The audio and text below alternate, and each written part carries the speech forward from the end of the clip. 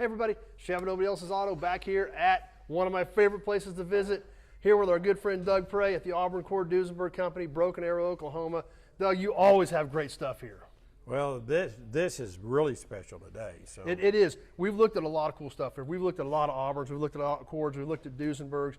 We've looked at them in various states of restoration, all the way to finished cars. But we've got something here that's really unique that all the times we've been here, we've never had a chance to show them this. yeah.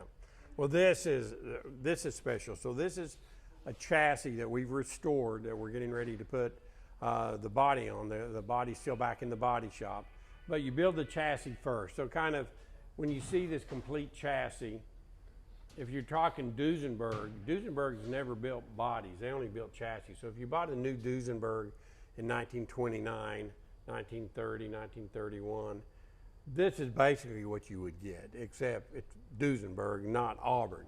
So this would be, in the collector car world, Auburn Cord Duesenberg, this would be, I guess you would say, one step lower than a Duesenberg. Yep. But it is V12. Yeah. And Duesenbergs were straight 8s, but they were dual overhead cam, which is crazy cool. But V12, supercharged, Duesenberg engines, that's what all the guys want. That's what the collectors want. So this is a restored chassis that will turn into a complete, beautiful Concours restored car. But it's a model 12160, which on the Auburn Cord way of doing things, 12-cylinder, 160 horsepower is what this would be. They only did them in one wheelbase. The bodies on the 8 cylinders and the 12 cylinders were the same bodies, but the chassis were longer, bigger, heavier. Fenders were the same, but the wheel wells were in a different place. The running board would be a different length. Grills would be the same, but the radiators would be heavier. The axles are heavier. The rear end is heavier. Everything is made to handle a 12-cylinder. So look at this.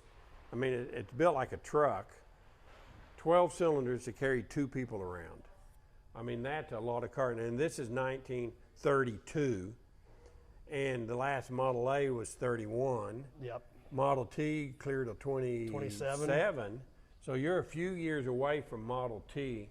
And can you imagine owning one of these? Oh yeah, you think of a Model T with a basic 4-cylinder 5, 6 short years before this, and then you look at this. Right. That is magnificent. I mean, it's a whole different world. This could have come off a spaceship at that point. Yeah, I mean, it's incredible. In fact, this engine design was such a good design that when the companies went under in the Depression in 37 and 38, Lycoming was owned by Auburn, and Lycoming engines were all the Auburn Cord Duesenberg engines were built by Lycoming. But American LaFrance bought all the tooling. So this basically same engine was used in American LaFrance fire truck clear into the 70s. Oh wow! So this technology was so advanced, it was yeah, literally still used for another 50 years. And it was so bulletproof. And there were 3-speed transmissions, but with a 2-speed rear end. So essentially you've got 6 speeds. So was this for the rear end, or was it this extra shifter? So this is called a freewheeling unit, so you can switch it to the 2-speed while you're driving it down the highway. Okay. So 6 speeds. This car, 1932, if you wanted to, you can break 100 miles an hour really easy. Yeah. So basically the second lever would disengage the transmission. Right. So you can engage the 2-speed rear end. Right, yep. And I mean, it's a beautiful design, and the freewheeling unit they eliminated later on, but this car has it all. It's as good as it gets as far as I'm concerned. 1932 V12, 2-speed rear end, speedster body. It just doesn't get any better than that. Well, and what has just amazed me is when you look at the frame and you look at the side of the frame, how tall and thick it is. Yeah, look how heavy they built these things. And then not only is it a massive frame rail, it's a full X in the middle of it. Right. I mean, this thing was super heavy duty. Heavy duty, made for speed, 12-cylinder, basically 2 6-cylinder engines, 2 carburetors. You can run it on 6 cylinders, tune it with this carburetor, run it on 6 cylinders, tune it with that carburetor. You can see 2 coils, so it's essentially 2 6-cylinder engines. But they're powerful. They got a lot of torque. High speed's good. I did see just recently in an original advertisement, it said that it would do 69 miles an hour in 1 mile. So it would take you a mile to get to, but you're up to 70 miles an hour in a mile in 1932. A lot of cars couldn't even do that. Yeah. You get downhill with a tailwind, you might get there. That's right. National speed limit was 35 miles an hour, but this car would take you 69 miles an hour in 1 mile if you wanted to. So, with that 2-speed rear end. But anyway, and then I found this just this morning. I went back in the back and just to see, and the original instruction manual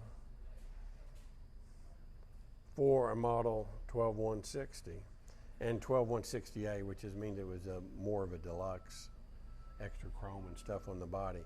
But then when I open it up to the centerfold, it's this frame, it's this chassis, every detail on it. So, which really just shows me 2 things. One thing about calling you guys is you have this stuff here, the original stuff. yeah, and everything we do is we try to keep it as original and as correct as possible. Now, 12-cylinder Auburns, there's still as many, we still have 350,000 pounds of original parts. 12-cylinder parts is a really small percentage. There's hardly any 12-cylinder parts left. Now, 8-cylinder parts, the same car in an 8-cylinder, I can come up with almost anything for it. Yeah. But in a 12-cylinder, we got to work pretty hard to be correct. But you can see as it goes together, even we have the new exhaust systems made in stainless, but even the mufflers. Well, and that's what I was just looking at when you held this up, Doug. If we stand back here and we look at the fact, one, you have this literature, and 2, you have the knowledge and the craftsman to basically restore the car to this, because we can see the true dual exhaust here, just like we have there.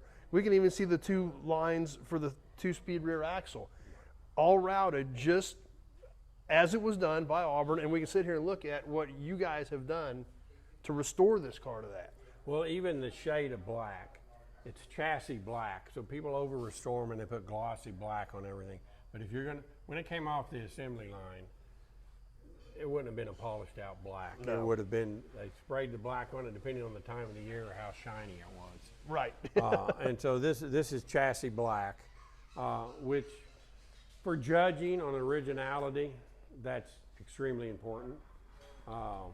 So nothing, it's over restored and it's back to better than new standards, but yet not the appearance of being overdone. Right. Because they were still being produced on an assembly line. Yeah, I mean these are when they pinstripe these cars. I've got original video going down the assembly line, and the guy's walking down the assembly line with a pinstripe brush, and literally he would pinstripe this car in 5 minutes.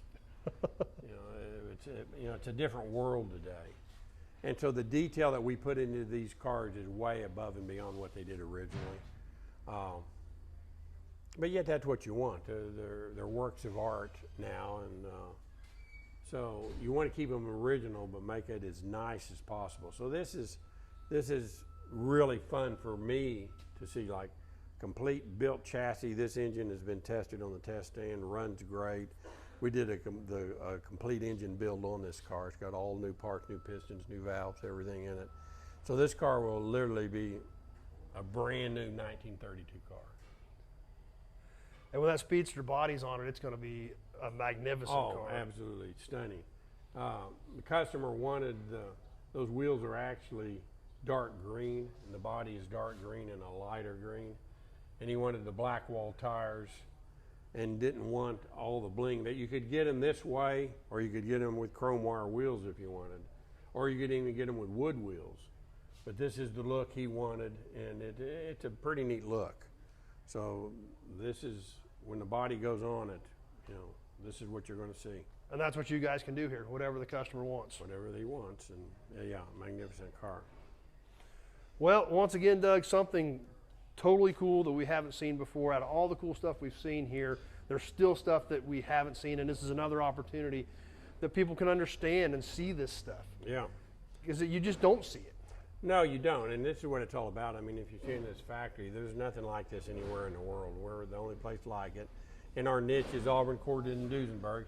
Now, we do take on a few other cars and a few other jobs for friends and customers, but mainly Auburn Cord Duesenberg. That's who we are. Well, you're the Auburn Cord Duesenberg Company. Right. So, and once again, looking at something in this state just proves what we say on all these videos with your information, the factory knowledge, the factory parts, the factory literature. You guys can do it all. Yeah, no, we can. Yeah, anybody needs anything, information about Auburn Cord Duesenberg, give us a call. We can service it, we can work on it, we can build it, we can do whatever a person wants when it comes to those three. And that's the thing. You do a lot of maintenance work. You help guys that want to move a car down the road with your massive, list of connections. You can help buyers and sellers put cars together. You kind of do it all here for these cars. Yeah, I'd say there's usually 3 or 4 cars in here for service work. On Cord, there's almost always transmission work to get them to shift right because of the front wheel drive and electronic shifting. But a lot of them too, the people have bought them at an auction and the cars have never been sorted out and the brakes don't work right, the fuel system's not right. So they come in for service work. In fact, I'm picking up a car next week that's just coming in for a full service work, turn it back into a good driver, then send it back home and let them have fun with it. Yep. So, which is so great. That's why it's always fun coming here, because it's always something different. It is. So once again, Doug, thank you. I appreciate you sharing all your knowledge with us, and something this cool that you don't get to see in this state. It's something really neat. So I definitely appreciate it. All right. Yeah, you're welcome. Thank you. Let's go see what other kind of cool stuff you got sitting around here.